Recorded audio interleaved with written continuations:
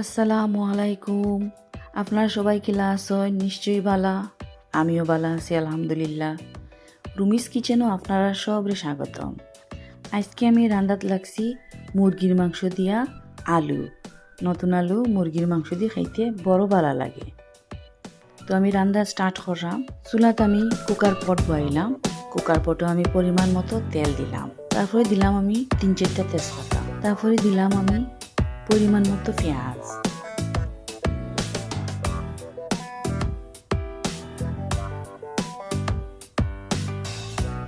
তারপরে দিলাম আমি 1 চামচ লবণ। একটু ভাজাভাজির পরে আমি দিলাম কয়েকটা এলাচ, আস্তা এলাচ।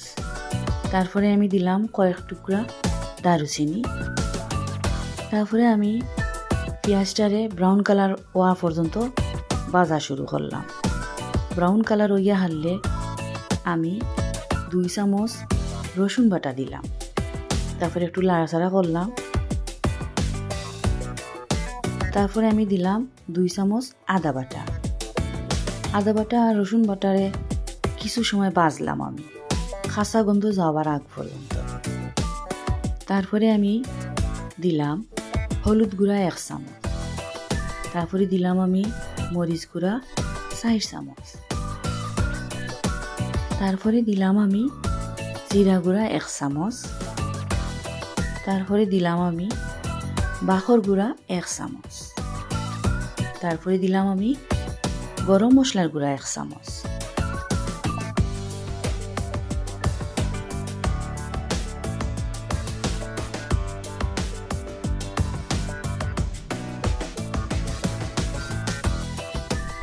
একটু লাড়িয়া আমি 2 কাপ গরম পানি দিলাম। গরম পানি দেওয়ার পরে মশলারে আমি কষানিতে রাখলাম। কষানি হইয়া হালে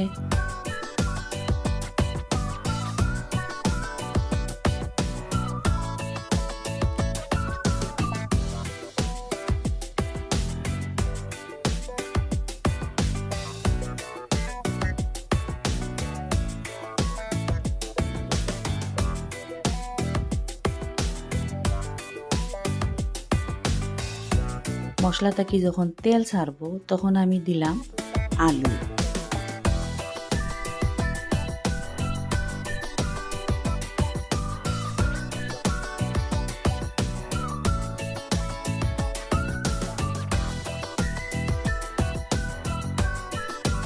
তারপরে দিলাম আমি মাংস।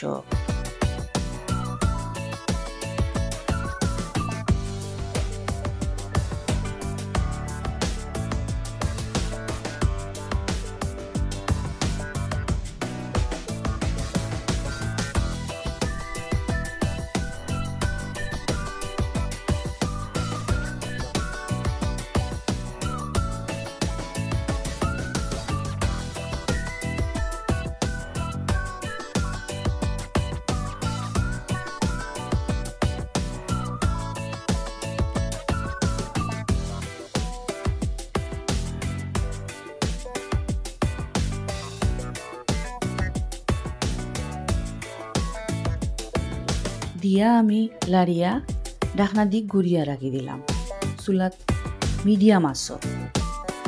তারপরে 5 থেকে 10 মিনিট পরে আমি মাংস আর আলুটা লাড়িয়া দিলাম। দেখলাম পানি বার হইছে মাংস থেকে। মাংসর পানি দিয়া আমি আরো কিছু 10 মিনিট রাখলাম। ডাকিয়া আমি লবণ চেক করলাম। তারপরে আমি 15-20 মিনিট পরে দেখলাম আমার রান্না হয়ে গেছে। এখন আমি একটা বাটিত মুরগির মাংস সার্ভ করলাম।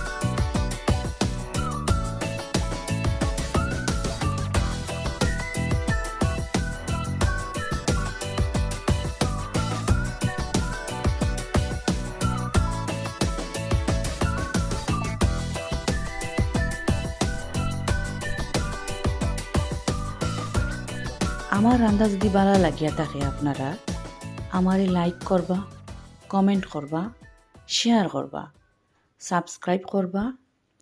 ভালো থাকুন। আসসালামু আলাইকুম।